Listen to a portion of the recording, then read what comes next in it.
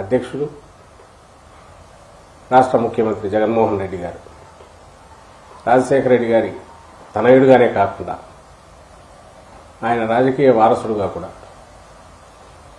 తాను నిరంతరం వ్యక్తిగతంగా శ్రమించడం, ప్రజల్లో మమేకం కావడం, ఆ ఆశయాలకు కట్టుబడడం, నిబద్ధతతో పనిచేయడం, ఆ రకంగా ప్రజలు, ముఖ్యంగా పేదలు, దళితులు, మైనారిటీలు, ఎస్టీలు, వెనుకబడ్డ వర్గాలు, మొత్తంగా సమాజం, ఆంధ్రప్రదేశ్ రాష్ట్రం మొత్తం హక్కున చేర్చుకున్న నాయకుడుగా ఆయనతో పాటు అడుగులు వేస్తున్న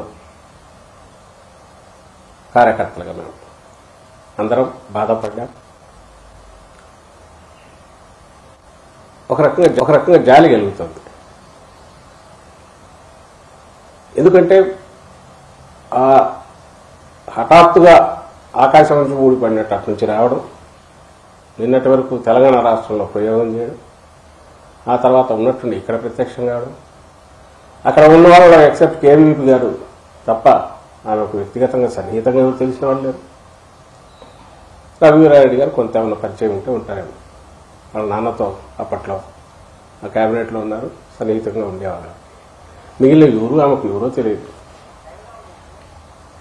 కొన్ని కాంగ్రెస్ పార్టీ గురించి ఏమైనా పూర్తి తెలుసా అంటే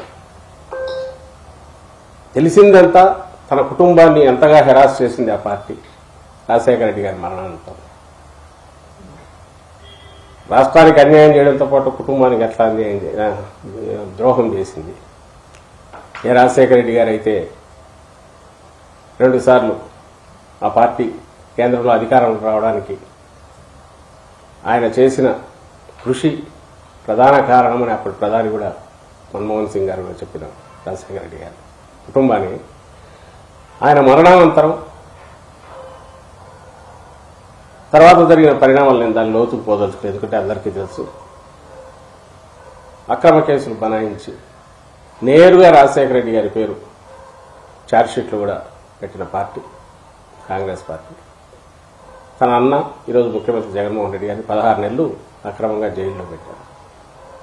ఆ తర్వాత ఆ పార్టీ నాయకులే మీరు గమనిస్తే ఆ రోజు ఆ పార్టీ నాయకుడు శంకర్రావు,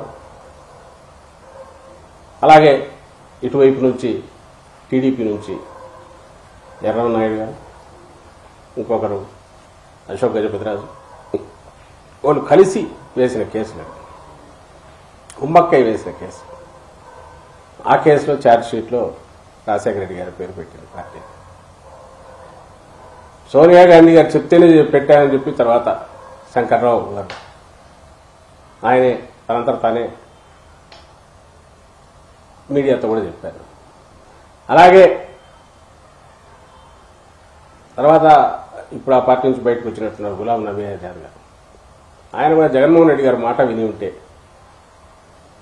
ఈ కేసులు పెట్టేవాళ్ళం కాదు, ఇలాంటి ఇవన్నీ అక్రమ కేసులు, మాట విని ఉంటే ఇంకో రకంగా ఉండేవాళ్ళు అని ఆయన చెప్తారు. ఆ పార్టీ గురించి చెప్తే అది పెద్ద పురాణం. రాష్ట్రంలో ఉనికి లేని పార్టీ కాంగ్రెస్ పార్టీ. ఈరోజు ఉన్నట్టుండే ఆమె వచ్చి అక్కడ కొద్దిమంది చేరిన దగ్గర హఠాత్తుగా ఆవేశంగా ఒక్కసారిగా భాష యాస కూడా మార్చి గత 10 ఏళ్లలో రాష్ట్రానికి ఎంత అన్యాయం జరిగిందో ముక్కును బట్టి వరుసపెట్టి తనకు తోచినవి చంద్రబాబు నాయుడు రోజు ఏ డైలాగులు చెప్తాడో అవే మాట్లాడితే ఇంక జాలి గెలక్క ఏమవుతుంది.